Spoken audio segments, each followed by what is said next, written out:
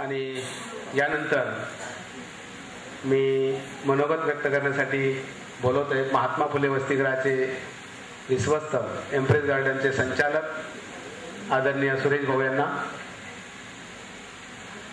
सुरेश भाऊ बोलतील आपण बोलते आपण थांबला ते डॉक्टर नरेंद्र जाधव आजचे सत्कार मूर्ती हे बोलते जरा वेळ पगडी घालून बोल.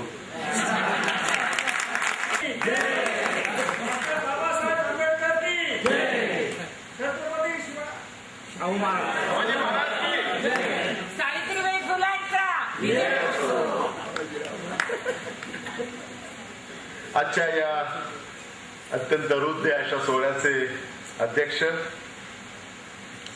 आणि ज्यांनी माझा उल्लेख त्यांचे आवडते जावई केलेला आहे. तुमच्यापैकी अनेकांना त्याचं आश्चर्य वाटलं असेल. माझ्या पत्नीला त्यांनी अनेक वर्षापूर्वीच दत्तक घेतलेलं आहे हे त्याच्या मागचं सिक्रेट आहे. आज जे बदली कामगार म्हणून आले कित्येक वेळा आपण क्रिकेटमध्ये पाहतो की नाईट वॉचमन बदली कामगाराला तिथे नाईट वॉचमन असा शब्द असतो.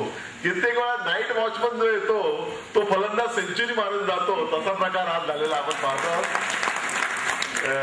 तर आज येथे या वृद्ध सोहळ्याचे अध्यक्षस्थानी असलेले भाई वैद्य माझे मित्र सुरेशराव अण्णा पिंगळे त्यांना मी नेहमी अण्णा म्हणावा असं त्यांचा आग्रह असतो. त्यांना सर वगैरे काही म्हटलं की चालत नाही त्यांना अण्णाच त्यामुळे मी त्यांना अण्णाच म्हणणार आहे. अण्णासाहेब पिंगळे माझे मित्र यमाजी मालकर. तुम्हाला सांगतो यमाजी मालकर यांचं नाव मी ज्यावेळी पहिल्यांदा ऐकलं त्यावेळी यमाजी हे नाव धारण करणारा माणूस फार अकराळ विक्राळ असेल असं माझी उगाचच कल्पना होती. आणि मी त्यांना आता सांगितलं त्या म्हटलं तुम्ही एवढे मृदुभाषी आणि इतके सॉफ्ट स्पोकन असे आहात. ते म्हणाले की कित्येकांना असं वाटतं की यमाजी हे मी घेतलेलं नाव आहे असं लोकांना वाटतं. चौपट नाव आहे की काय असं लोकांना वाटतं. ते माझे मित्र यमाजी मालकर. आज हा समारंभ ज्यांनी अत्यंत उत्तम प्रकारे आयोजित केला ते संस्थेचे गुलाबराव रासकर ज्यांनी फार सुंदर कविता आज इथे शीघ्र कविता करून आपल्याला वाचून दाखवली. मला असं वाटतं की मला जे मानपत्र दिलं इंदुमती लांडगे यांनी लिहिलेली कविता हे माझं वेगळ्या प्रकारचं मानपत्रच होतं असं मला वाटतं. त्या इंदुमती लांडगे या संस्थेचे सर्व आयोजक इथे उपस्थित असलेले अनेक मान्यवर स्टेजवरती उपस्थित असलेले आपल्यामध्ये उपस्थित असलेले अनेक मान्यवर आणि माझ्या बंधू भगिनींनो सर्वप्रथम महात्मा फुले मंडळ पुणे या पुण्यातल्या खूप जुन्या 50 वर्ष जुन्या असलेल्या या संस्थेनं या सुवर्ण महोत्सवी वर्षामध्ये पहिला महात्मा फुले पुरस्कार मला देऊन माझा फार मोठा बहुमान केलेला आहे असं मला वाटतं. या बहुमानाला पात्र राहण्याचा प्रयत्न मी निश्चितपणे करणार आहे. मगाशी या संस्थेचा आढावा घेताना गुलाबराव रासकर यांनी गेल्या 50 वर्षात जे अनेक विविध उपक्रम राबवलेले त्या संस्थेने त्याचा आढावा घेतला. आणि मगाशी भाई वैद्य जसे म्हणाले थोडासा त्यांच्या बोलण्यामध्ये थोडा निराशेचा सूर होता. पण तो एक जो सकारात्मक सूर जो आला तो की आता हे मंडळ कात टाकून उभं राहत आहे. गेल्या 50 वर्षात अनेक उपक्रम केलेले आहेत परंतु याला एक नवी उभारी देण्याचं काम आता सुरू करण्यात आलेलं आहे. आणि त्या प्रयत्नांचाच एक भाग म्हणून आजचा हा पुरस्कार वितरणाचा सोहळा आपण आयोजित केलेला आहे. मला मुद्दाम सांगा असं वाटतं की हा पुरस्कार हा जो मान मला मिळालेला आहे हा तर बहुमान हा मोठा बहुमान तर आहेच. परंतु आपण या सुवर्ण महोत्सव झाल्यानंतरच्या काळामध्ये या नंतरच्या भविष्यामध्ये या संस्थेची जी वाटचाल होणार आहे या वाटचालीला नवीन आरंभ करता आहात हे मला अतिशय दिलासाजनक वाटतं. आपण मानपत्र दिलेलं आहे आपण माझा सत्कार केलेला आहे आणि त्याबरोबर काही रक्कम दिलेली आहे. मला असं वाटतं की आपल्या या संस्थेच्या उभारणीच्या प्रयत्नांमध्ये माझा एक खारीचा वाटा म्हणून आपण मला जी रक्कम दिलेली आहे त्यामध्ये माझा खारीचा वाटा 1000 रुपयाचा त्यामध्ये टाकून मी रासकरांना गुलाबराव रासकर यांना देणगी म्हणून या पुरस्काराची रक्कम देतो.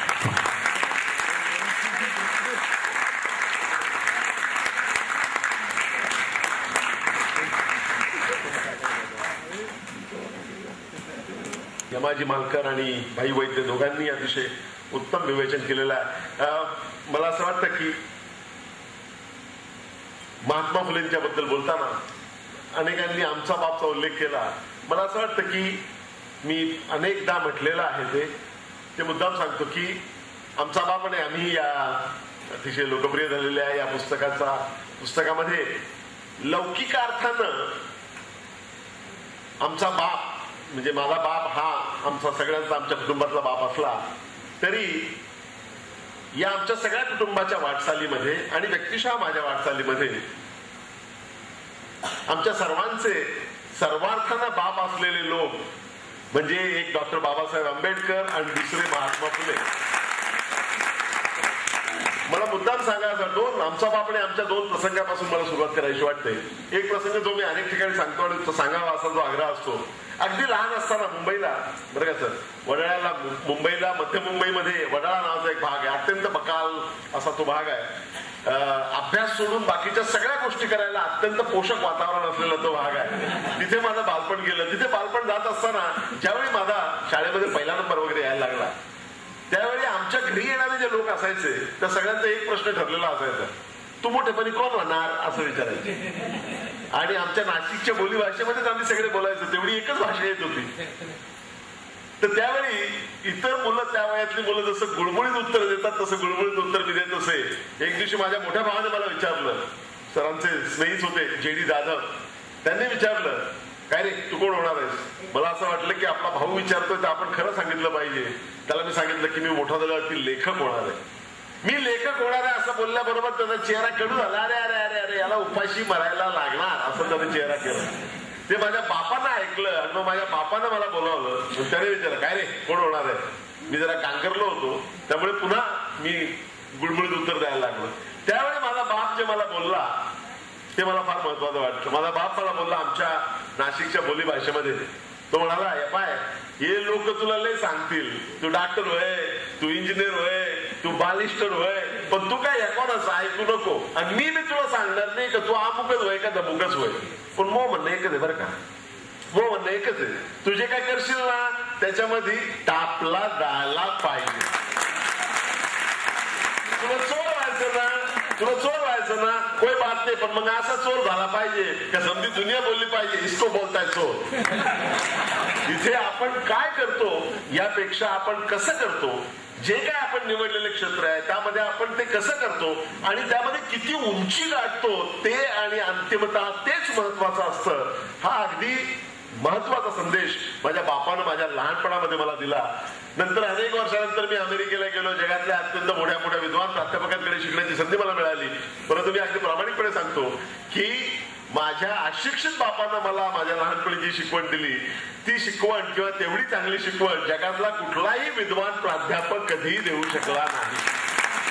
आता या माझ्या बापाच्या सांगण्यामागे प्रेरणा कोणाची, याच्या मागे प्रेरणा डॉक्टर बाबासाहेब आंबेडकरांची. डॉक्टर बाबासाहेब आंबेडकरांच्या मागे प्रेरणा कोणाची, ती आहे महात्मा ज्योतिबा फुले यांची. त्यामुळे मी कुलगुरू असलो तरी माझ्या गुरूंचेही गुरु जे आहेत त्या महात्मा फुलेंच्या नावानं आज जो मला पुरस्कार मिळतो आहे याच्यामध्ये मला आजपर्यंत जे काही माझ्या हातून घडलेलं आहे थोडं बहुत त्याबद्दल धन्यता वाटते आणि हा मला खूप मोठा बहुमान वाटतो. मला अनेक पुरस्कार मिळालेले आहेत परंतु महात्मा फुलेंच्या नावानं मिळालेला पुरस्कार याचं मोल मला आजपर्यंत मिळालेल्या सगळ्या पुरस्कारांपेक्षा जास्त आहे हे मला मुद्दाम सांगायचं. महात्मा फुलेंच्या विचारांबद्दल सांगताना आणखी एक प्रसंग मला मुद्दाम सांगायचा वाटतो. 1949 साली माझ्या बापानं ठरवलं की आपल्या मुलांना चांगल्या शाळेमध्ये घालायचं. शिक्षणाशिवाय आपण कुटुंबाला वर आणू शकत नाही ही जाणीव माझ्या बापामध्ये निर्माण झाली होती आणि मग त्यांनी ठरवलं की चांगल्या शाळेमध्ये घालायचं. तर तो माझा बाप फाटका गडी तो होता, चतुर्दशी कर्मचारी होता रेल्वेमध्ये. तो छबिलदास नावाची जी शाळा आहे तुमच्यापैकी अनेकांना माहिती असेल त्या शाळेमध्ये गेला आणि थेट मुख्याध्यापकाला जाऊन भेटला आणि सांगितलं की माझ्या मुलाला इथे प्रवेश पाहिजे. त्या मुख्याध्यापकाने खालीवर पाहिलं आणि ते म्हणाले की अहो तुम्ही चुकीच्या वेळी आलेला आहात, हेडमास्टर चांगले होते. ते म्हणाले की तुम्ही असं कधी येऊन चालणार नाही. आता माझ्या बापाला ज्याला अकॅडमिक सायकल वगैरे म्हणतात ते काय माहित नव्हतं की जून मध्ये शाळा चालू होते, मार्च एप्रिल मध्ये परीक्षा होते, काय माहित नसतं. की अमुक वेळी फॉर्म घ्यायचा, तमुक वेळी द्यायचं, हे काय माहित नव्हतं. त्याला एकच माहिती की आपल्या मुलाला चांगल्या शाळेमध्ये घालायचं. म्हणून तो छबिलदास मध्ये गेला आणि त्या मुख्याध्यापकाला सांगितलं की या शाळेमध्ये माझ्या मुलाला प्रवेश पाहिजे. त्यांनी सांगितलं की तुम्हाला फार उशीर झालेला आहे, तुम्ही असं करा, त्या अमुक महिन्यात या, फॉर्म घ्या, तमुक महिन्यात या, तो सबमिट करा, पुढच्या वर्षी तुमच्या मुलाला आपण प्रवेश देऊ. माझा बाप हातघाईवरती आलेला आहे. माझा बाप हातघाईवरती आला ते म्हणत ते काही नाही, मला माझ्या मुलाला या शाळेमध्ये प्रवेश पाहिजे. मुख्याध्यापकाने त्यांना विनवण्या केल्या, सांगितलं. माझ्या बापाने विनवण्या केल्या, रडला, भेकला, करुणा फाकली, पाय पकडले, जोरात रडायला लागले. परंतु त्या मुख्याध्यापक म्हणाला, हो हे नियम मी केलेले नाही, हे नियम दुसऱ्या लोकांनी केलेले आहेत, सरकारी नियम आहेत, मला याच्यात अपवाद नाही करता येणार. माझा बाप काय ऐकायला तयार नाही. मग एकीकडे माझा बाप रडतो आहे, प्लीज अंडरस्टँड, कुठलंही पाठबळ नाही, कोणाचंही बॅकिंग नाही. या माणसाला पाठबळ आहे ते केवळ इच्छाशक्तीचं आहे. आणि ती इच्छाशक्ती कुठून आलेली आहे त्याचाही विचार इथे व्हायला पाहिजे. माझ्या बापाला जे पाठबळ मिळालं ते केवळ इच्छाशक्तीच आहे. माझ्या बापाने सांगितलं, एकीकडे रडतो आहे आणि दुसरीकडे माझा बाप रागावून बोलायला लागला. माझ्या बापाने शेवटी जाहीर केलं की जोपर्यंत माझ्या मुलाला या शाळेमध्ये प्रवेश तुम्ही देत नाही तोपर्यंत मी इथून जाणार नाही. मी इथं अन्न सत्याग्रह करणार आहे. तुम्हाला पाहिजे तर पोलिसांना बोलवा, परंतु जोपर्यंत तुम्ही माझ्या मुलाला प्रवेश देत नाही तोपर्यंत मी इथून जाणार नाही. मग त्या मुख्याध्यापकाचं मन रवलं. त्यांनी असा अजब प्रकार पाहिला नव्हता. शेवटी त्यांनी सांगितलं की तुम्ही उद्या तुम्ही तुमच्या मुलाला घेऊन या, मी काहीतरी करतो. आणि मग दुसऱ्या दिवशी, आणि माझ्या बापाने त्याच्या रांगड्या भाषेत लिहिलेलं आहे की दुसऱ्या दिवशी मी गेलो, जनूला घेऊन गेलो. जनू म्हणजे माझा मोठा भाऊ, सगळ्यात मोठा भाऊ. त्याला घेऊन गेलो, त्या फॉर्मवर सही केली. तो माझ्या बापाला इंग्लिशमध्ये सही करता यायची, कारण एका इंग्लिश फॅमिलीकडे, कुटुंबाकडे त्यांनी लहान पोऱ्या म्हणून काम केलं होतं. त्या फॉर्मवर सही केली. मग त्या मोठ्या मास्तरनं दुसऱ्या मास्तरला बोलावलं आणि मग तो जनूला हाताला धरून वर्गात घेऊन गेला. त्याच्या मागोमाग मी गेलो. जेव्हा जनूला वर्गात बसलेलं पाहिलं तेव्हा माझं मन समाधान झालं आणि तेव्हा आमच्या प्रगतीला सुरुवात झाली. हे लिहून माझा बाप थांबलेला आहे. माझ्या बापाचा अख्खा आत्मनिवेदन इथे थांबलेलं आहे.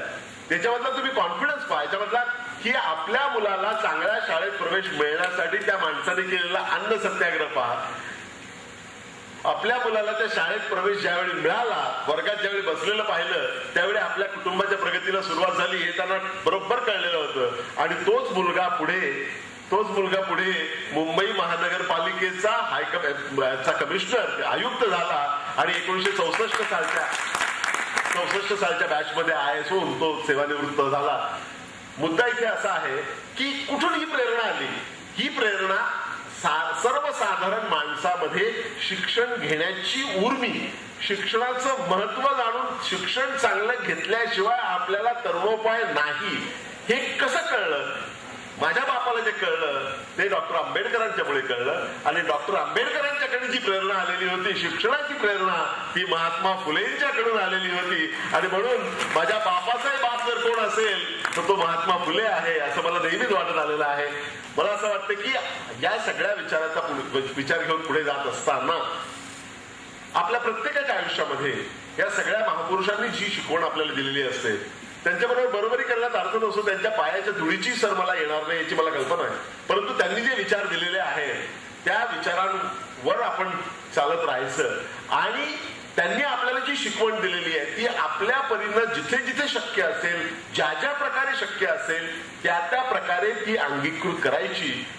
ही मला असं वाटतं की या फार मोठ्या महापुरुषांना फार सगळ्यात महत्वाची श्रद्धांजली, सगळ्यात उत्तम अशी श्रद्धांजली ठरते. महात्मा फुलेंच्या शिक्षण विषयक विचारांवरती भाई वैद्य बोलले. मी तिथून सुरुवात करून पुणे विद्यापीठाचा कुलगुरू झाल्यानंतर शैक्षणिक क्षेत्रामध्ये महात्मा फुल्यांच्या विचारापासून बोध घेऊन मी काय करतो आहे, काय केलेलं आहे आणि काय करणार आहे याच्याबद्दल विवेचन केलेलं मला असं वाटतं की आजच्या प्रसंगाला साधेच असं राहणार आहे. आपण एक लक्षात घ्या, आपण उल्लेख केला की शिक्षणाबद्दल बोलताना 3 गोष्टींच्या बद्दल अलीकडच्या काळामध्ये उल्लेख होतो. एक तर काय की काय म्हणतात त्याला एनरोलमेंट, म्हणजे आपल्याला ऍक्सेस टू एज्युकेशन. दुसरं क्वालिटी ऑफ एज्युकेशन. आणि तिसरं इक्विटी इन एज्युकेशन. या तिन्ही मुद्द्यांवरती महात्मा फुल्यांनी अतिशय व्यापक असे विचार दिलेले आहेत. शिक्षणाकडे जाण्यापूर्वी मुद्दाम सांगतो, तुम्ही शेतकऱ्यांच्या आत्महत्यांच्या बद्दल उल्लेख केला आणि शेतकऱ्यांच्या आत्महत्यांच्या बद्दल महाराष्ट्र राज्य सरकारने एक सदस्यीय समिती नेमलेली आहे. तिथेही मी मुद्दाम सांगू इच्छितो की शेतकऱ्यांच्या आत्महत्या किंवा शेतकऱ्यांच्या एकंदरीत प्रश्नांकडे पाहत असताना माझ्या मनात जे स्फूर्तिस्थान आहे ते महात्मा फुल्यांचं शेतकऱ्यांचा आसूड हेच आहे. तुम्ही कुठल्याही सामाजिक आर्थिक क्षेत्रामध्ये काम करत असताना महात्मा फुलेंचा समतेचा विचार घेतल्याशिवाय तुम्हाला पुढे जाता येत नाही, हे वास्तव आहे. शिक्षणाकडे परत येतो. शिक्षणाकडे बद्दल बोलताना या तिन्ही बाबतीमध्ये विचार करताना आपल्याला दिसेल की आपण म्हणालात की शिक्षणाच्या क्षेत्रामध्ये खर्च जो होतो तो खर्च महात्मा फुल्यांनी कसा 50% सांगितलं होतं. प्राथमिक शिक्षण मोफत आणि सक्तीचं करावं हे 1882 साली त्यांनी सांगितलं होतं. आपल्या देशामध्ये मला असं वाटतं की याची सर्वदूर जितकी जाणीव व्हायला पाहिजे तितकी जाणीव नाही. स्त्रियांना शिक्षणाचा अधिकारच मुळी प्राप्त झाला तो केवळ महात्मा फुले यांच्यामुळे झालेला आहे. त्यांनी त्याची मुहूर्तमेढ रोवलेली आहे. याचा आज असलेल्या किती स्त्रियांना त्याची जाणीव असते वेगवेगळ्या स्तरातल्या की स्त्री शिक्षणाला सुरुवात जर महात्मा फुल्यांनी जे काय भरीव कार्य केलं जे केलं नसतं तर कदाचित आजही एवढ्या मोठ्या जनसमुदायाला शिक्षणापासून वंचित राहावं लागलं असतं आणि एकंदरीत समाजाची प्रगती कुंठित झाली असती. हे केवढं मोठं योगदान आहे, हे महात्मा फुलेंचं योगदान आहे. शिक्षणाबद्दल बोलताना सर आपण म्हणालात की प्राथमिक शिक्षण सक्तीचं मोफत करावं हे महात्मा फुलेंनी 1882 साली सांगितलं. त्यांनी सातत्याने नुसतं सांगितलं नाही तर त्यांनी प्रत्यक्ष सरकारची वृत्ती कशी असली पाहिजे आणि शिक्षणावरती खर्च करण्यासाठी आणि त्यावरती अग्रक्रम कसे ठरले पाहिजेत याबद्दल महात्मा फुलेंनी विस्तृत विवेचन केलेलं आहे. महात्मा फुलेंच्या विचारांपासून त्यांच्या कृतीपासून प्रेरणा घेऊन 1918 साली राजर्षी शाहू छत्रपतींनी कोल्हापूर संस्थानामध्ये असा कायदा केला होता की संस्थांच्या एकंदरीत उत्पन्नाच्या 6% खर्च हा शिक्षणावर झाला पाहिजे आणि जर तो झाला नाही तर त्या पदाधिकाऱ्यांना शिक्षा करण्याची तरतूद त्या कायद्यामध्ये केली होती. ही 1918 सालची गोष्ट. त्यानंतर भारत स्वातंत्र्य मिळालं. 1964, 65, 66 या 3 वर्षामध्ये आपल्या देशामध्ये कोठारी कमिशनची योजना करण्यात आली आणि त्या कोठारी कमिशनने जे सगळ्यात महत्वाची रेकमेंडेशन शिफारस केली ती काय होती की आपल्या राष्ट्रीय उत्पन्नाच्या 6% खर्च हा शिक्षणावर झाला पाहिजे. तुम्हाला आश्चर्य वाटेल 2006 साली नियोजन आयोगाची एक समिती नेमण्यात आली. त्या समितीने काय शिफारस केली की एकंदरीत खर्चाच्या 6% खर्च आपल्या एकंदरीत राष्ट्रीय उत्पन्नाच्या 6% खर्च हा शिक्षणावर झाला पाहिजे. म्हणजे महात्मा फुल्यांनी जे 1882 नंतर सांगितलं जे राजर्षी शाहू छत्रपतींनी 1918 साली कायद्यांमधून अंमलात आणलं आजपर्यंत गेली 100 वर्ष आपण त्याची चर्चा करतो आहोत. वास्तव असं आहे की केंद्र सरकार किंवा राज्य सरकार कुठल्याही पक्षाचं कुठलंही सरकार यांनी कधीही आपल्या उत्पन्नाच्या 3.5% जास्त खर्च शिक्षणावर केलेला नाही. आपण उठता बसता महात्मा फुल्यांचं नाव घेतो, उठता बसता डॉक्टर आंबेडकरांचं नाव घेतो, परंतु ज्या वेळी शिक्षणावर खर्च करण्याची वेळ येते त्यावेळी हात आपण आखडता घेतलेला आहे. तुम्ही मागच्या वर्षीच्या बजेटमध्ये पाहिलं असेल की आपल्याला सांगितलं गेलं की आता शिक्षणाला आपण फार अग्रक्रम देतो आहोत आणि 35% खर्च वाढवतो आहोत. तुम्ही लक्षात घ्या इथे ही आकडेवारीची कसा खेळ असतो तुम्ही पहा, लक्षात तुम्ही घ्या. पण त्याचं सिंपल कॅल्क्युलेशन ते एक वाक्य मला मुद्दाम इंग्लिशमध्ये सांगायचं वाटतं.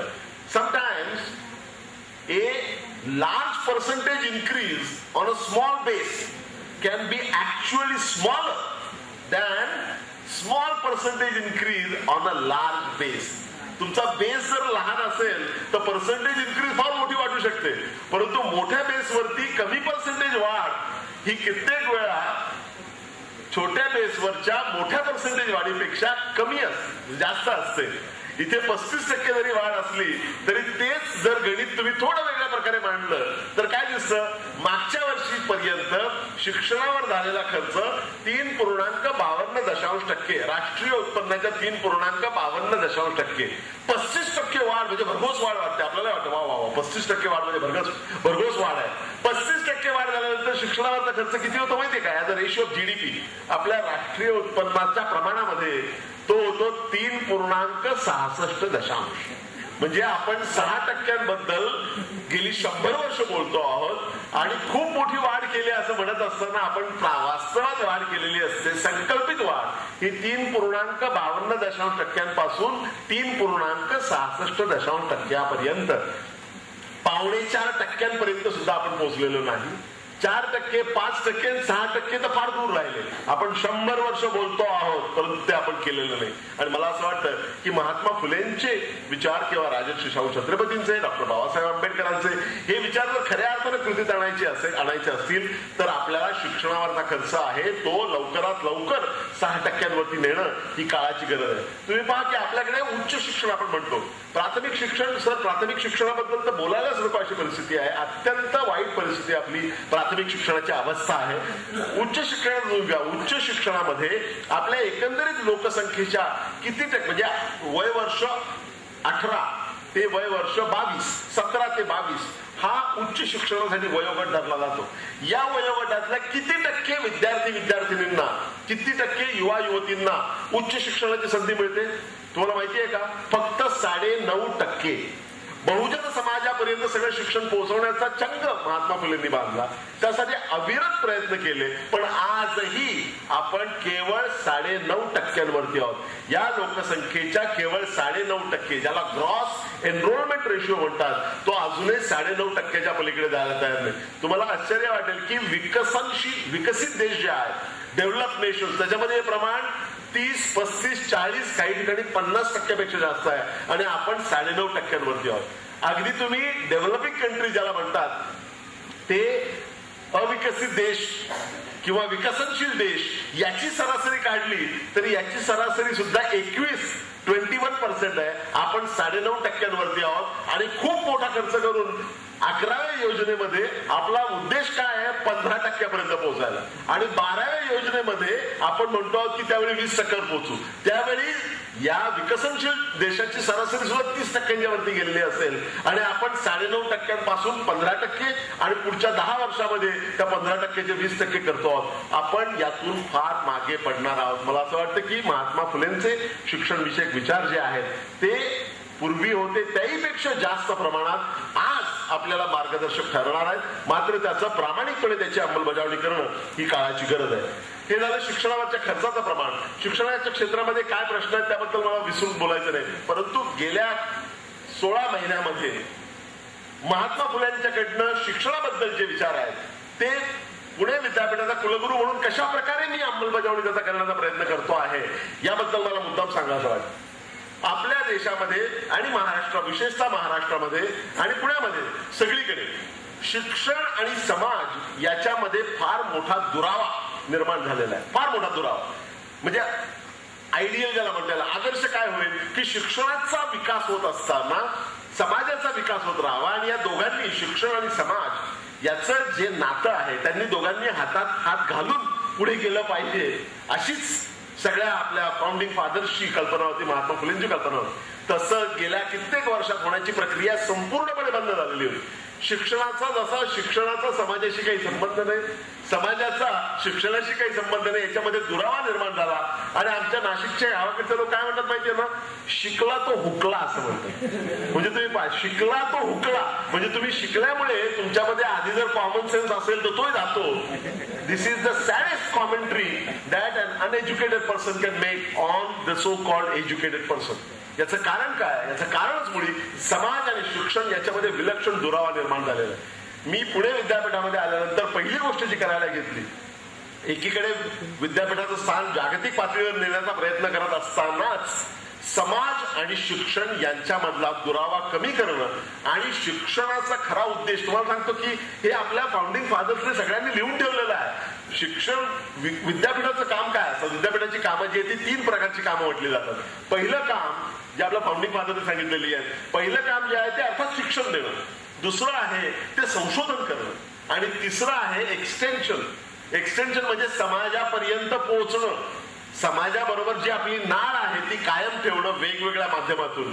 गेल्या अनेक वर्षामध्ये जे पहिलं उद्दिष्ट आहे ते चालू आहे, मात्र दुसरं संशोधनाचं काम मागे पडलेलं आहे आणि समाजाबरोबर तर आपल्या शिक्षणाचा काही संबंधच नाही अशी भावना आपोआपच तयार झालेली आहे. किंबहुना मी असं म्हणेन की गेल्या 2 दशकामध्ये आपल्या देशातली बहुसंख्य विद्यापीठं हे पदव्या देणारे कारखाने झालेले आहेत आणि ही परिस्थिती बदलणं हे अत्यंत आवश्यक आहे. महात्मा फुलेंच्या पासून जर धडा घ्यायचा असेल, त्यांच्या शिकवण घेऊन पुढे जायचं असेल तर हे वास्तव बदललंच पाहिजे आणि त्यासाठी समाजामध्ये होणारे बदल आणि या अनुषंगाने शिक्षणामध्ये बदल झाले पाहिजेत. या भूमिकेतून काही फार महत्वाच्या गोष्टी आपण केलेल्या आहेत. 4 मला महत्वाच्या गोष्टी ज्या केलेल्या आहेत त्या सांगायच्या वाटतात. प्रत्येक समाज घटकांसाठी मी शिक्षण आणि समाज यामधली दरी कमी करायचा प्रयत्न करत असताना त्याच्याबद्दल बरीच काही वर्तमानपत्रांनी टीकाही केलेली आहे. आपण पाहिलेलं आहे की मी फार कार्यक्रमांना जातो, उलट कुलगुरू म्हणजे मला लोकांनी सांगितलं, अनेक लोकांनी सांगितलं की तुम्ही इथे येईपर्यंत पुणे विद्यापीठाचा कुलगुरू काळा आहे की गोरा आहे हे आम्हाला माहिती नसायचं. इथे आमच्या सगळ्या कार्यक्रमात तुम्ही येत असता. मला काही पत्र येतात, काही वर्तमानपत्रांनी लिहिलं की हे कामं कधी करतात, हे जर सारखे सगळीकडे भाषणं देत असताना कामं कधी करतात. वस्तुस्थिती अशी आहे की ही सगळीच कामं विद्यापीठाची कामं सांभाळूनच मी हे करत असतो आणि हे करण्याची गरज आहे, कारण समाज आणि शिक्षण याच्यामध्ये जो दुरावा निर्माण झालेला आहे तो कमी करणं हा माझा आग्रहक्रम आहे. आता वेगवेगळा समाज आणि म्हणून मी या सगळ्या कार्यक्रमांमध्ये सहभागी होत असतो आणि या कार्यक्रमांमध्ये सहभागी होत असताना म्हणजे अनेकांना वाटतं की मी ऑफिसचं काम कधी करतो किंवा विद्यापीठाचं काम कधी करतो. माझ्या पत्नीने मला गेल्या आठवड्यात काय सांगितलं ते मी तुम्हाला सांगतो. माझ्या पत्नीने मला विचारलं, आता तुम्ही फक्त कपडे बदलायला घरी येणार का हो? मी सकाळी 9 ते रात्री 11 असं काम करत असतो, शनिवार रविवार धरून. फक्त शनिवारची संध्याकाळ आणि रविवारची संध्याकाळ ही कुटुंबाला दिलेली असते. एरवी सर्व वेळ मी काम करत असतो. त्यामुळे सामाजिकता हे विद्यापीठाचं काम बाजूला ठेवून करायची गोष्ट नसून विद्यापीठाच्या इतर कामाबरोबर त्या कामाचा एक भाग आहे. हीच माझी भावना आणि भूमिका आहे आणि भूमिका ही भावना ही महात्मा फुलेंच्या विचारातून आलेली. आता नेमकं आपण काय केलेलं आहे मी तुम्हाला सांगतो. ते 4 गोष्टींचा मुद्दा उल्लेख करावा लागतो. पहिली गोष्ट जी आहे ती म्हणजे महात्मा फुल्यांच्या पासून डॉक्टर आंबेडकरांच्या पासून प्रेरणा घेऊन कर्मवीर भाऊराव पाटील यांनी एक फार अप्रतिम योजना आपल्याकडे सुरू केली, आपल्या पश्चिम महाराष्ट्रात विशेषतः. ती म्हणजे कमवा आणि शिका योजना. आणि कमवा आणि शिका या योजनेतून एक शिकत असताना उत्पन्नाची संधी त्या विद्यार्थ्यांना द्यायची आणि त्यातून त्यांनी आपल्या शिक्षणाला हातभार लावायचा आणि आपलं आयुष्य घडवायचं. त्यातून मोठे झालेले कितीतरी लोक आपल्याला माहिती आहेत. कितीतरी लोक कमवा आणि शिकामधून पुढे आलेले आहेत. महाराष्ट्रातल्या सगळ्या विद्यापीठांमध्ये पुणे विद्यापीठाचं कमवा शिकाचं बजेट हे जास्तीत जास्त होतं. म्हणजे किती होतं तर 1.25 कोटी रुपये होतं. पहिल्या 3 महिन्यामध्ये ते बजेट मी 1.25 कोटी रुपयांवरून 4.25 कोटी रुपयांपर्यंत नेऊन ठेवलं. पुणे विद्यापीठ हे एकमेव विद्यापीठ असं आहे जिथे कॅम्पसवरती मागेल त्या प्रत्येक विद्यार्थ्याला काम ही योजना आपण राबवायला सुरुवात केलेली आहे. मागेल त्या प्रत्येक विद्यार्थ्याला काम, कोणालाही काम नाही असं होणार नाही. मागे म्हणजे आपली जी एम्प्लॉयमेंट गॅरंटी स्कीम आहे, रोजगार हमी योजना जशी असते तशी ही शैक्षणिक हमी योजना निधी अपुरा पडतो म्हणून कुठल्याही विद्यार्थ्याला विद्यार्थिनीच्या शिक्षणामध्ये खंड पडता कामा नये आणि त्यासाठी मागेल त्या विद्यार्थ्याला विद्यार्थिनीला काम दिलं पाहिजे. ही भावना, या भावनेतून, या भूमिकेतून आपण सुरुवात केली आणि ही टप्प्याटप्प्याने सगळ्या महाविद्यालयांमध्ये ही योजना आता राबवली जाते. तुम्हाला आश्चर्य वाटेल की सगळ्या महाविद्यालयांमध्ये आता पुणे विद्यापीठाकडे 472 महाविद्यालय आहेत. मागच्या वर्षीपर्यंत 170 विद्यालयांमध्ये फक्त कमवा आणि शिकाची योजना होती, फक्त 170. आणि त्यातही ते जे खर्च करतील त्यातला 50% हिस्सा विद्यापीठ उचलत होतं. तरी सुद्धा 472 पैकी 170 महाविद्यालयांमध्ये मी सगळ्या प्राचार्यांना पत्र पाठवले आणि त्यांना सांगितलं की तुम्ही आग्रहपूर्वक त्यांनी त्यांच्या महाविद्यालयांमध्ये ही योजना राबवावी असा आग्रह धरला. आज मी तिला 266 पर्यंत ते आकडा गेलेला आहे. अजूनही आपल्याला 472 पर्यंत जायचं आहे आणि हा खर्च करत असताना विद्यापीठाच्या वतीनं 60% आणि कॉलेजच्या वतीनं 40% असा फेवरेबल बदल मी केला. आणि सगळ्यात महत्वाचं म्हणजे आदिवासी भागात जे कॉलेजेस आहेत तिथे 90% खर्च हा विद्यापीठाच्या वतीनं होणार आहे, 10% खर्च त्यांच्याकडनं होणार. आणि आता टप्प्याटप्प्यामध्ये या सगळ्या भागांमध्ये, सगळ्या संलग्न महाविद्यालयांमध्ये अनुसूचित जाती जमातीचे जे विद्यार्थी आहेत, मायनॉरिटीज मधले जे आहेत, जे आर्थिकदृष्ट्या दुर्बल घटकातले आहेत, अशा विद्यार्थी विद्यार्थिनींना मागेल त्यांना काम दिलं पाहिजे असा दंडक आता मी महाविद्यालयाला घालून दिलेला आहे. आणि मला असं वाटतं की यातून अनेक विद्यार्थी ज्यांचं शिक्षण अडून राहू शकलं असतं, ज्यांना शेती करावी लागली असती किंवा त्यांच्यामध्ये जो राजहंस दडलेला आहे तो शोधण्याची संधी ज्यांना मिळाली असती, ती संधी त्यांना मोठ्या प्रमाणात मिळते आहे. आणि हा पहिला प्रयोग आपण केलेला आहे. दुसरा प्रयोग, बहुजन समाजामध्ये तुम्ही पाहाल, बहुजन समाजामध्ये किंवा ग्रामीण समाजामध्ये आपण पाहतो एक फार महत्वाची गोष्ट आहे. आपल्या सगळ्या अभ्यासक्रमांमध्ये आणि सगळ्या विद्यापीठांच्या सगळ्या अभ्यासक्रमांमध्ये आपल्याला कधीही कम्युनिकेशन स्किल्स म्हणतात, संवाद कौशल्य, ही कधी शिकवली जात नाही. त्यामुळे आमचा एखादा खेडेगावातला मुलगा मुलगी ज्यावेळी येते इंटरव्ह्यूला पुण्याला मुंबईला, त्यावेळी ते हमखास नापास होतात. याचं कारण त्यांच्याकडे ज्ञान कमी असतं अशातला भाग नाही, अजिबात नाही.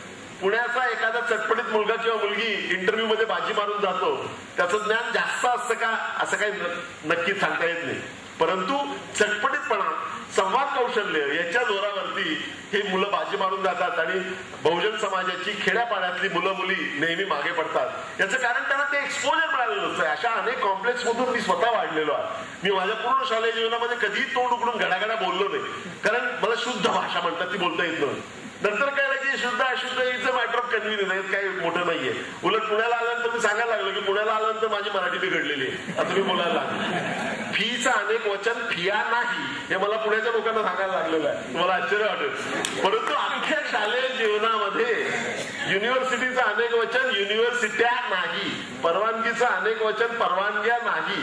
परंतु हे कळायला वेळ लागतो. आपण शुद्ध अशुद्धेला, आपल्याकडे शुद्ध अशुद्धतेला जातीयतेची किनार आहे. त्यामुळे पाण्याला पाणी म्हटलं की लगेच लोक हसायला लागतात. का? तुम्हाला माहितीये का, संस्कृत शब्द जो आहे पाणी येते तो पाणी येते, नळातला न त्यामध्ये दुसरा बाणातला न नाहीये, पाणी येते तो शब्द आला, पण तो वेगळा विषय. मुद्दा इथे असा आहे की संवाद कौशल्य शिकवण्याची फार महत्वाची निकड होती. म्हणून मी 11 कॉलेजेसमध्ये एक प्रयोग केला. नाशिक मधली 4, पुण्यामधली 3 आणि नगरमधली 4 अशा 11 महाविद्यालयांमध्ये मी त्या प्राचार्यांना सांगितलं की, आणि मी स्वतः तो प्रोग्राम तयार केला. 3 विषय या मुलांना शिकवण्याचे. पहिला म्हणजे संवाद कौशल्य, कॉन्व्हर्सेशनल इंग्लिश. दुसरा जो आहे विषय तो म्हणजे व्यक्तिमत्व विकास. आणि तिसरा जो विषय त्यांना दिला तो म्हणजे मुलाखतीचं तंत्र आणि मंत्र.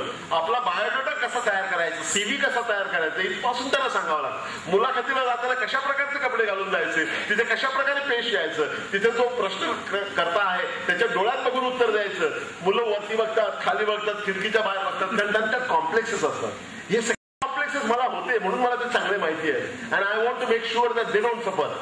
त्यांना त्याचं ट्रेनिंग देण्यासाठी असे या 3 विषयांचं व्यक्तिमत्व विकास, मुलाखतीचं तंत्र आणि मंत्र आणि संभाषणात्मक इंग्रजी याचा 11 कॉलेजमध्ये प्रयोग केला. त्या प्रत्येक कॉलेजमध्ये 6 लाख रुपये आपण खर्च केले. प्रत्येकी 6 असेल. आणि तो इतका यशस्वी झाला, तो प्रोग्राम संपला तर हे सगळे विद्यार्थी ढसढसा रडले, आनंदातिशयानं ढसढसा रडले. आणि त्यांच्यामध्ये सगळे कॉम्प्लेक्सेस गळून पडलेले होते आणि त्यांचं जे खरं स्वत्व आहे ते खऱ्या अर्थानं वर आलेलं. तुम्हाला आश्चर्य वाटेल, या सगळ्या कॉलेजमधले प्राचार्य माझ्याकडे आले आणि त्यांनी एकटे आले आणि त्यांनी मला सांगितलं की आमचे शिक्षक वर्ग म्हणतोय की सरांना सांगा आमच्या शिक्षकांसाठी पण एखादा प्रोग्राम करा, कधी पोरं आमच्यापेक्षा चांगले इंग्लिश बोलायला लागले. स्पर्धात्मक गुणवत्ता हा जो निकष आहे येत्या काळाचा, भावी काळाचा, तिथे तग धरायचा असेल, तिथे ठामपणे उभं राहायचं असेल, स्वाभिमानानं जगायचं असेल तर संवाद कौशल्य हे आलंच पाहिजे. तेच देण्याचं काम आपण आता करतो आहोत. आणि तो प्रयोग इतका यशस्वी झाला की त्यानंतर प्रत्येक कॉलेजवरती 6 लाख रुपये खर्च करणं मला परवडण्यासारखं नव्हतं. म्हणून आपण मे आणि जून या 2 महिन्यामध्ये, म्हणजे जिथे प्राध्यापकांना कमी काम असतं, 220 कॉलेजेसमध्ये या वर्षी राबवण्याचा निर्णय घेतला. आणि मग या 220 निवडलेल्या कॉलेजेसच्या 3 अशा 660 प्राध्यापकांना पुणे, नाशिक, नगर आणि बारामती या 4 ठिकाणी या शिक्षकांसाठी प्रोग्राम आपण राबवला.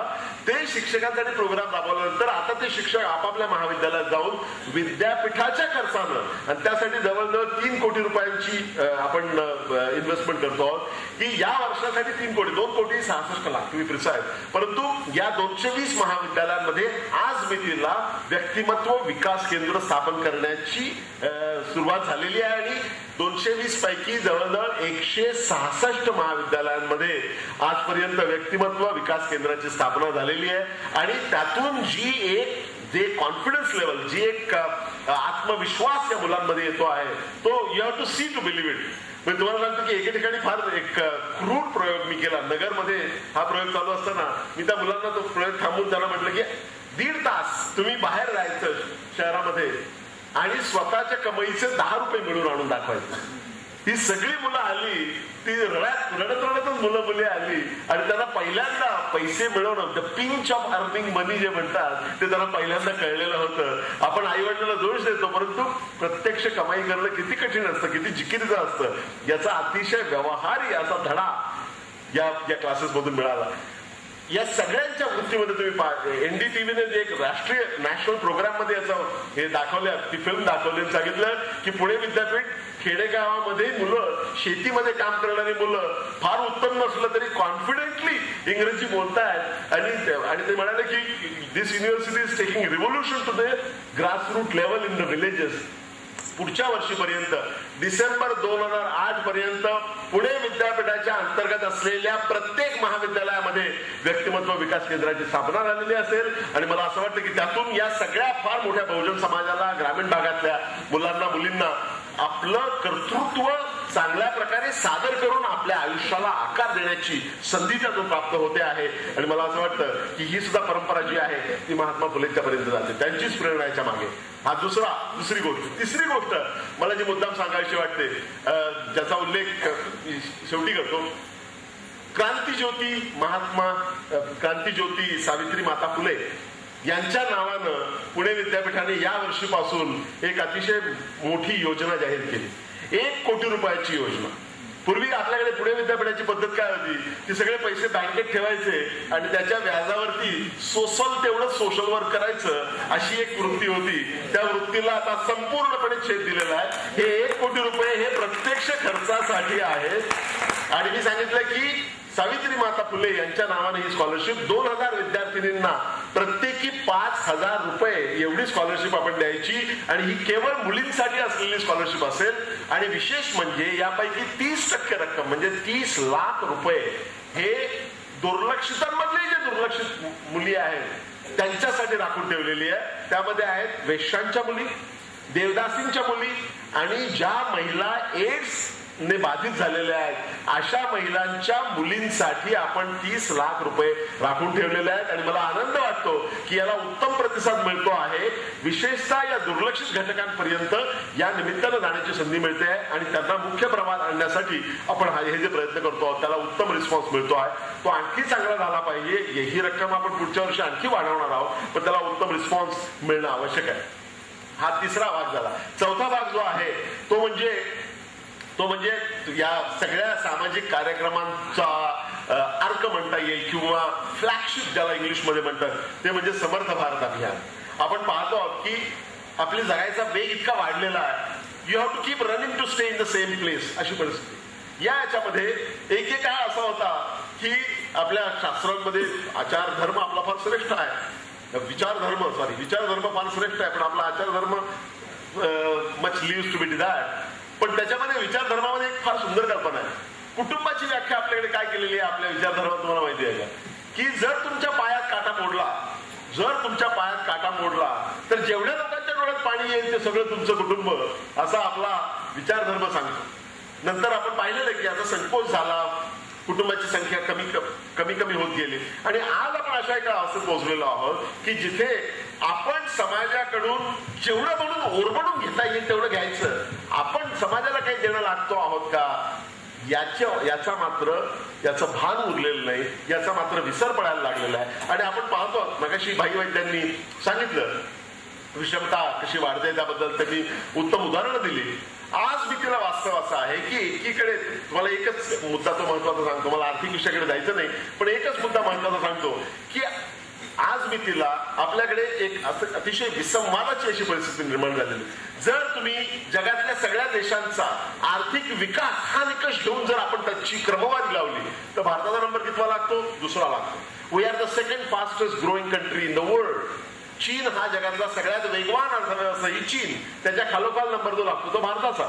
आपली अर्थव्यवस्था आज 9% जास्त वेगाने वाढते आहे. So we are within a striking distance of attaining what is called 10%, the magic number of 10%. फक्त चीन हा एकमेव देश असा आहे की ज्याला 10% विकास साध्य झालेला आहे, सातत्याने 10% विकास, आणि आपण त्याच्या जवळ जाऊन पोहोचलेलो. ही निश्चितपणे आनंदाची, अभिमानाची बाब आहे. पण त्याच्या दुसरीकडे जर तुम्ही असं पाहिलं, जर जगातल्या या सगळ्या देशांचा आर्थिक विकासाचा वेग बाजूला ठेवा, जर आपण या सगळ्या देशांचा जी क्रमवारी लावताना ह्युमन डेव्हलपमेंट इंडेक्स म्हणजे मानवी कल्याण निर्देशांक या तत्वावर जर आपण, या निकषावर जर आपण जगाची क्रमवारी लावली सगळ्या देशांची, तर आपला नंबर कितवा लागतो? आपण पहिल्या 10 आहोत का?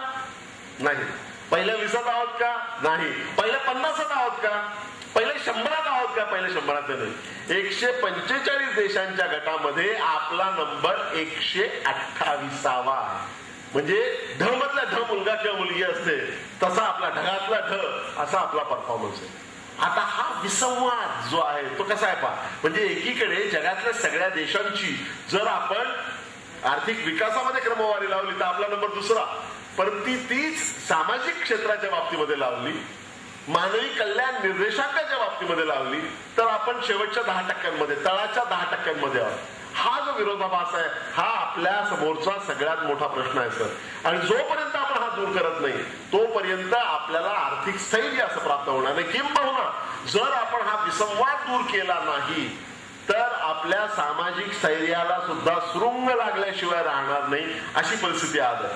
आणि हे करत असताना आपण पाहतो की आज मितीला देशाच्या पातळीवर प्रचंड विकास, खेडी मात्र भकास, हे दारुण वास्तव आपल्याला दिसतं. देशाच्या पातळीवर विकास, खेडी मात्र भकास. याचा अर्थ काय होतो? हे जे दारुण वास्तव आहे हे बदललंच पाहिजे. हे बदलणार कोण? हे बदलायचं काम केवळ आपल्या देशातली युवा शक्ती करू शकते. आपण युवा शक्ती आपण सारखे बोलत असतो किंवा आपले नेते बोलत असतात. वास्तव असं आहे की आपल्या देशातल्या युवा शक्तीला, ज्याला विधायक, रचनात्मक म्हणता येईल, अशा कामांकडे वळवण्यामध्ये समाज म्हणून सर आपण संपूर्णपणे अयशस्वी ठरलेलो आहोत. आपण राष्ट्रसेवा दलाच्या माध्यमातून फार मोठं काम केलेलं, परंतु जर एकंदरीत समाजाकडे पाहिलं तर आज मितीला या तरुण पिढीला विधायक, रचनात्मक कामांकडे वळवण्यामध्ये समाज म्हणून आपल्याला अपयश आलेलं आहे. हे आपल्याला खेदानं नमूद करावं लागतं. हे दूर करण्यासाठी आता मागे आपण पाहिलं ज्यावेळी रेव पार्टी वगैरे झाली, त्याच्याबद्दल टीका झाली, पुणे बदनाम झालं. आपण रेव पार्टीला गेलेल्या मुलांचा धिक्कार केला, त्यांच्या बालकाचा धिक्कार केला, ते योग्यच आहे. मात्र त्याच वेळी आपण असाही विचार केला पाहिजे की ही जी रेव पार्टीला गेलेली मुलं आहेत त्यांना आपण पर्याय दिला होता का? त्यांना जर आपण सकस पर्याय दिला नसेल तर समाज म्हणून आपल्यालाही त्याचा दोष घेतला पाहिजे. 50% दोष समाजाचा, आणि तो एक विधायक पर्याय देण्याच्या दृष्टीनं महात्मा फुलेंच्या पासून प्रेरणा घेऊन पुणे विद्यापीठाने एक अतिशय अभिनव असं अभियान चालू केलं. ते आहे समर्थ भारत अभियान. त्याच्या मागची कल्पना किती साधी, सोपी आणि महत्वाची आहे पहा. पुणे विद्यापीठाकडे 472 महाविद्यालय आहेत. या प्रत्येक महाविद्यालयांना आपापल्या परिसरातलं एक गाव दत्तक घ्यायचं. विद्यापीठाचे जे मोठे विभाग आहेत त्या सगळ्यांनी एक गाव दत्तक घ्यायचं.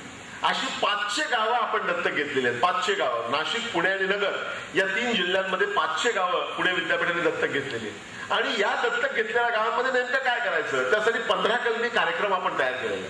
त्यातला पहिला कलम जे आहे, महात्मा फुलेंनी ज्याला पहिला नंबर दिला असता, ते म्हणजे प्राथमिक शिक्षण. प्राथमिक, तुम्हाला माहितीये का, आज मितीला प्राथमिक शिक्षण, शालेय शिक्षण आणि उच्च शिक्षण याच्यामध्ये कुठलाही पूल नाही, कुठलाही संवाद नाही, कुठलाही सौहार्द नाही. असं कसं काय? हे रेजिमेंटेशन आपलं का झालेलं आहे? महात्मा फुलेंनी सांगितलं होतं 50% प्राथमिक शिक्षणावर खर्च करा, 50% इतर याच्यावरती खर्च करा. तसं झालेलं नाही. आपण प्राथमिक शिक्षणाकडे फार मोठ्या प्रमाणावर हेळसांड केलेली आहे. परंतु अलीकडच्या काळामध्ये सर्व शिक्षा अभियानच्या माध्यमातून चांगली योजना पुढे आलेली आहे. आणि या योजनेचा फायदा घेऊन विद्यार्थ्यांना, महाविद्यालयीन विद्यार्थ्यांना प्राथमिक शिक्षणामध्ये इन्व्हॉल्व्ह करून घ्यायचं काम हे पहिलं सूत्र आमचं आहे. दुसरं जे आहे ते हागणदारी मुक्तीचं आहे. इतकं महत्वाचं, इतकं बेसिक आहे. आपलं सगळं तत्वज्ञान झूट आहे. जोपर्यंत आपण इतक्या ज्या महत्वाच्या बेसिक म्हणता येतील मूलभूत अशा गरजा आहेत त्या अजून आपण पुऱ्या करू शकलो नाही. कुठल्या तत्वज्ञानाच्या गोष्टी आपण करतो? आपल्याला हागणदारी आपण मुक्त केलेलं नाही. स्वातंत्र्याला 60 वर्ष झाल्यानंतर याची लाज वाटायला नको? आपल्याला त्याची लाज वाटत नाही याची सुद्धा लाज वाटावी अशी परिस्थिती आहे. ती दूर करण्याचं काम कोणाचं आहे? ते आपल्यालाच केलं पाहिजे ना. ते युवा शक्ती करणार आहे. हे आमचं दुसरं सूत्र आहे. तिसरं वृक्षारोपण आणि संवर्धन. ग्लोबल वॉर्मिंगच्या चर्चा होत आहेत. वृक्षारोपण हे किती महत्वाचं आहे याचं परीक्षण आपल्याकडच्या ऍग्रिकल्चरल युनिव्हर्सिटीने काम किती केलेलं आहे का? सरकारने काम केलेलं आहे का? याचं उत्तर नकारार्थीच द्यावं लागतं. पुणे विद्यापीठाच्या केमिस्ट्री विभागाची प्रयोगशाळा, आज मी त्याला या 500 गावामध्ये त्या प्रयोगशाळा गेलेल्या आहेत आणि तिथे जमिनीचं आणि मातीचं आणि पाण्याचं परीक्षण करण्याचं अद्ययावत काम हे आता चाललेलं आहे. जीआयएस मॅपिंग जे आहे आपल्या देशातला सगळ्यात मोठा जीआयएस मॅपिंगचा प्रकल्प हा पुणे विद्यापीठाचे विद्यार्थी करतात. GIS mapping of all this 500 village. आणि 15 कलम जे आहे, जे एका विद्यार्थ्याने मला सुचवलं ते तर फारच महत्वाचं आहे. इतिहास लेखन, स्थानिक इतिहासाचं लेखन. इतिहासाबद्दल बोलताना आपण फार भावनावश होतो आणि परंतु ज्यावेळी इतिहास प्रत्यक्ष लिहिण्याची वेळ येते त्यावेळी आपण मागे सरतो. आपण कधीही इतिहासाचं लेखन केलेलं नाही आणि इतिहासाच्या बद्दल एवढी अनास्था असलेला जगाच्या पाठीवर कुठलाही देश आहे असं मला वाटत नाही. आपण अत्यंत ढोंगी आहोत त्याबाबत. इतिहास आपण दस्तऐवजीकरण करत नाही. तुम्ही पहा, महात्मा फुले आणि इतिहास याचा संबंध तुम्हाला सांगतो की तुम्ही पहा की आपण शिवशाही वगैरे वगैरे जो अनेकांचा गौरव केलेला आहे, पण तुम्हाला माहिती आहे का शिवाजी महाराजांचा पहिला पोवाडा कोणी लिहिलेला आहे? तो महात्मा फुलेंनी लिहिलेला आहे. किती लोकांना माहिती आहे? शिवाजी महाराजांचा पहिला पोवाडा हा महात्मा फुलेंनी स्वतः लिहिलेला आहे. किंबहुना शिवाजी महाराजांची महती सर्वसामान्यांपर्यंत पोहोचवण्याचं काम त्या पोवाड्याने केलेलं आहे. नंतर अनेक शिवशाहीर झाले, पण मला असं वाटतं की पहिला शिवशाहीर जर कोण असेल तर तो महात्मा ज्योतिबा फुले हेच होते. पण याचं हे करण्यामागे कारण काय? याच्या मागे कारण महात्मा फुलेंना जे इतिहासाचं भान होतं ते भान त्याच्या मागे आहे आणि ते भान इतरांना असावं, आपल्या परंपरेचं, आपल्या इतिहासाचं भान असावं, ही जी भावना, ही जी भूमिका होती तीच भूमिका या 15 सूत्रात आलेली आहे. आणि ही सूत्र केवळ कागदावर राहिलेली नाहीत, केवळ चर्चेमध्ये नाही, प्रत्यक्ष कामाला सुरुवात झालेली आहे. आणि मला सांगायला अतिशय आनंद वाटतो, झाडं लावण्याचा प्रकल्प घ्या. आम्ही असं ठरवलं की मी घोषणा दिली, 1 विद्यार्थी 1 झाड. पुणे विद्यापीठाकडे मागच्या वर्षी 5,35,000 विद्यार्थी होते, तर मी म्हटलं की 1 विद्यार्थी 1 झाड म्हणजे 5,35,000 झाडं लावायची. I am very happy and proud to tell you, Pune विद्यापीठाच्या विद्यार्थी, शिक्षक आणि शिक्षकेतर कर्मचाऱ्यांनी एकत्र येऊन पहिल्या सीझन मध्ये 8 लाख झाडं लावलेली आहेत. 8 लाख झाडं लावलेली आहेत. तुम्ही पहा की ग्लोबल वॉर्मिंग वरती पहिल्यांदा मोठा मोर्चा जो निघाला, मोर्चा म्हणजे सकारात्मक करण्यासाठी निघालेला मोर्चा, तो पुणे विद्यापीठाने काढला आणि मी स्वतः त्या मोर्चाचं नेतृत्व केलं. आपल्या शनिवार वाड्यापासून गणेश कला क्रीडापर्यंत अॅल गोरची ती फिल्म आली इनकन्व्हिनियंट ट्रूथ. ग्लोबल वॉर्मिंग हा काही केवळ विकसित देशांकडे राहिलेला प्रश्न नाही, तो आपल्या दाराशी येऊन ठेपलेला आहे. जर आपण योग्य पावलं उचलले नाही तर पुढच्या 50 वर्षामध्ये समुद्राच्या लगत असलेली जवळजवळ 1/3 लोकसंख्या म्हणजे 2 अब्ज लोक हे मरू शकतात. मुंबई, कलकत्ता हे संपूर्णपणे, पूर्ण बांगलादेश, संपूर्ण कलकत्ता हे पाण्याखाली जाऊ शकतं. आणि हे थांबवायचं असेल तर आपल्याला आपल्या दैनंदिन जीवनशैलीमध्ये प्रत्येकाने बदल केले पाहिजे. हे बदल समजावून सांगण्यासाठी आपण तो मोर्चा काढला, एन्व्हायरमेंट मार्च, आणि तिथे स्लाइड शो करून आपण सगळ्यांना समजावून दिलं. आणि विद्यार्थ्यांनी शपथ घेतली, मेयर स्वतः तिथे उपस्थित होत्या, विद्यार्थ्यांनी आपल्या दैनंदिन जीवनामध्ये काय बदल करायचे याच्याबद्दल शपथ घेतली. या सगळ्या 15 कलमांवरती काम चालू आहे आणि मला जो प्रतिसाद मिळतो आहे, तुम्हाला सांगतो की अत्यंत अप्रतिम असा प्रतिसाद मिळतो आहे. मी पुणे विद्यापीठामध्ये येण्याच्या वेळी अनेकांनी फार सुंदर अग्रलेख लिहिले होते. जेव्हाजी सरांनी अग्रलेख लिहिला होता, एका अग्रलेखामध्ये असं म्हटलं होतं की त्यावेळी मी अफगाणिस्तान मधून इथे येत होतो, त्या एका अग्रलेखाने लिहिलं होतं, ग्लोबल गुरु नावाचा अग्रलेख कुमार केतकरांनी लिहिला होता. त्यात छान माझ्याबद्दल लिहिलं. शेवटच्या पॅरेग्राफ मध्ये असं लिहिलं होतं, परंतु पुण्याला गेल्यानंतर कदाचित अफगाणिस्तान मधले बॉम्बगोळे परवडले असं त्यांना वाटण्याची शक्यता आहे. तसं काहीही झालेलं नाही.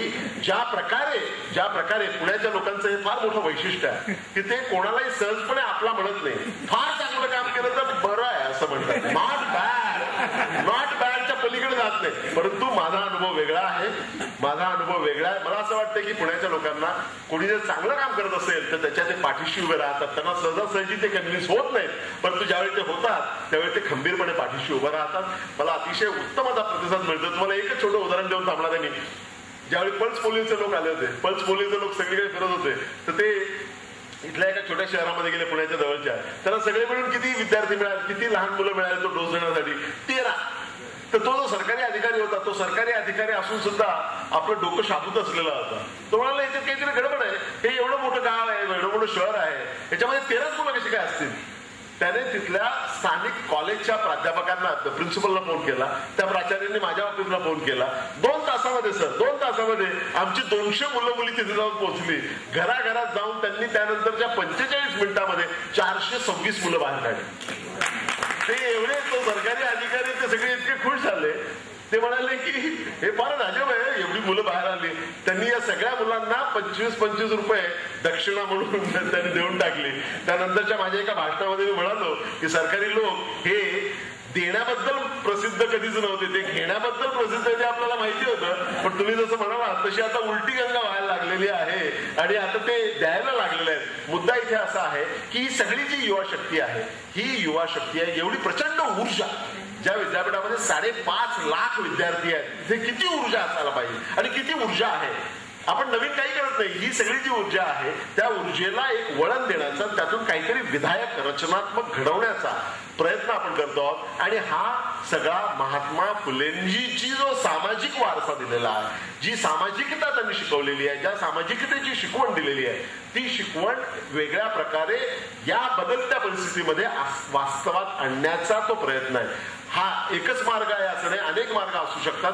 मुद्दा इथे असा आहे की महात्मा फुलेंसारख्या धुरीणांनी आपल्याला जे विचार दिले, मी तर नेहमी असं म्हणत आलेलो आहे की आमच्या आईवडिलांनी जरी आम्हाला जन्म दिला असला तरी माणूस म्हणून जगण्याचा हक्क जर कोणी दिला असेल तर तो डॉक्टर बाबासाहेब आंबेडकरांनी मिळवून दिलेला आहे. आणि त्या डॉक्टर बाबासाहेब आंबेडकरांचे जे गुरु महात्मा फुले, या सगळ्यांचा वारसा घेऊनच आपल्याला पुढे जायचंय. आयुष्यात आपण जे जे करणार आहोत ते करत असताना या विचारांचं भान असलं पाहिजे, त्याची जाण असली पाहिजे आणि ते बदलत्या परिस्थितीमध्ये कशा प्रकारे अंमलात आणता येऊ शकेल याचा ध्यास असला पाहिजे. मला असं वाटतं की यावर्षी पहिलाच 50 वर्षानंतर पहिलाच महात्मा फुले पुरस्कार देत असताना आपण माझी निवड करून माझा बहुमान तर केलेला आहेच, परंतु माझ्या सामाजिक उत्तरदायित्वाची आपण मला जाणीव वेगळ्या प्रकारे करून दिलेली आहे.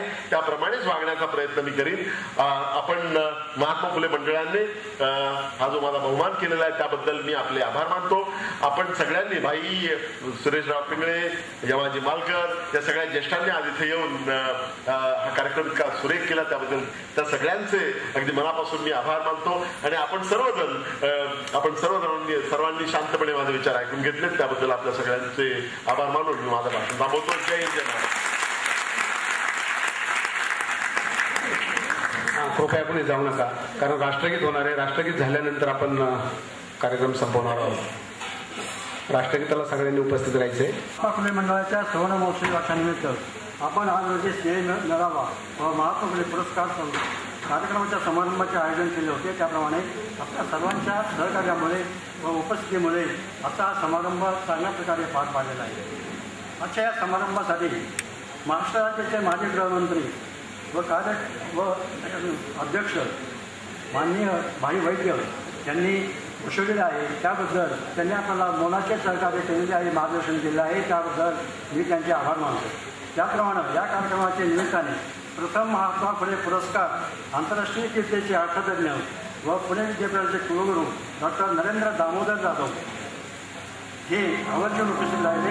त्यांनी मंडळास मार्गदर्शन केले, त्यांनी मोलाचे आपल्याला पुष्कळ सहकार्य केलेलं आहे, त्यांचे मी आभार मानतो. त्याप्रमाणे महात्मा फुले वसतिगृहाचे विश्वस्त सुरेशराव पिंगळे यांच्याही समारंभास येऊन त्यांनी आपल्या मंडळाला मार्गदर्शन केलेलं आहे. सर्वांना आपल्याला पुष्कळचं मार्गदर्शन केल्याबद्दल मी त्यांचे आभार मानतो. दैनिक सकाळचे संपादक माननीय यमाजी मालकर यांनी येऊन आपल्याला पुष्कळचे मार्गदर्शन केले आहे, त्याबद्दल त्यांचे मी थोडक्यात आभार मानतो. पुणे कॅम्प येथे आलाना इन्स्टिट्यूटचे संचालक माननीय एकनाथ खेडकर व रामराव गणपती येथील देवस्थानचे ट्रस्टी माननीय एकनाथ खेडकर यांचेही कार्यक्रमात राहून त्यांनी आपल्याला उपस्थितीमध्ये त्यांनी आपल्याला मार्गदर्शन केलेलं आहे, याबद्दल मी आभार मानतो. त्याचप्रमाणे ज्येष्ठ कवयित्री इंदुताई लांगे यांचे मी आभार मानतो. तसेच मासिक मळ्याचे संपादक विजयकुमार लडकर, ऋणानुबंध डायरीचे बास धायरकर, उषाताई भगत,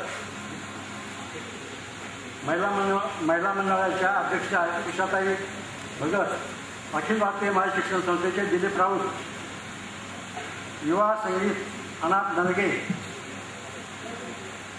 चॅरिटी कमिशनचे इमली जाधव, अभिनव कॉलेजचे घोळके सर, माननीय नगरसेवक निरफराके, तसेच निळभाऊ फुले यांचे मित्र बोराटे साहेब, चंद्रकांत बोराटे सर, तसेच भारत इंग्लिश स्कूलच्या विद्यार्थिनी, क्रीडा प्रमुख राजू माळी यांचे मी कार्यक्रम आल्याबद्दल यांचे मी सर्वांचे, त्याचप्रमाणे कोणी राजे असतील त्यांचे मी आभार मानतो. धन्यवाद. राष्ट्रगीताला उभं राहायचे. राष्ट्रगीत या ठिकाणी म्हणणार आहे युवा संगीतकार अभय नलगे.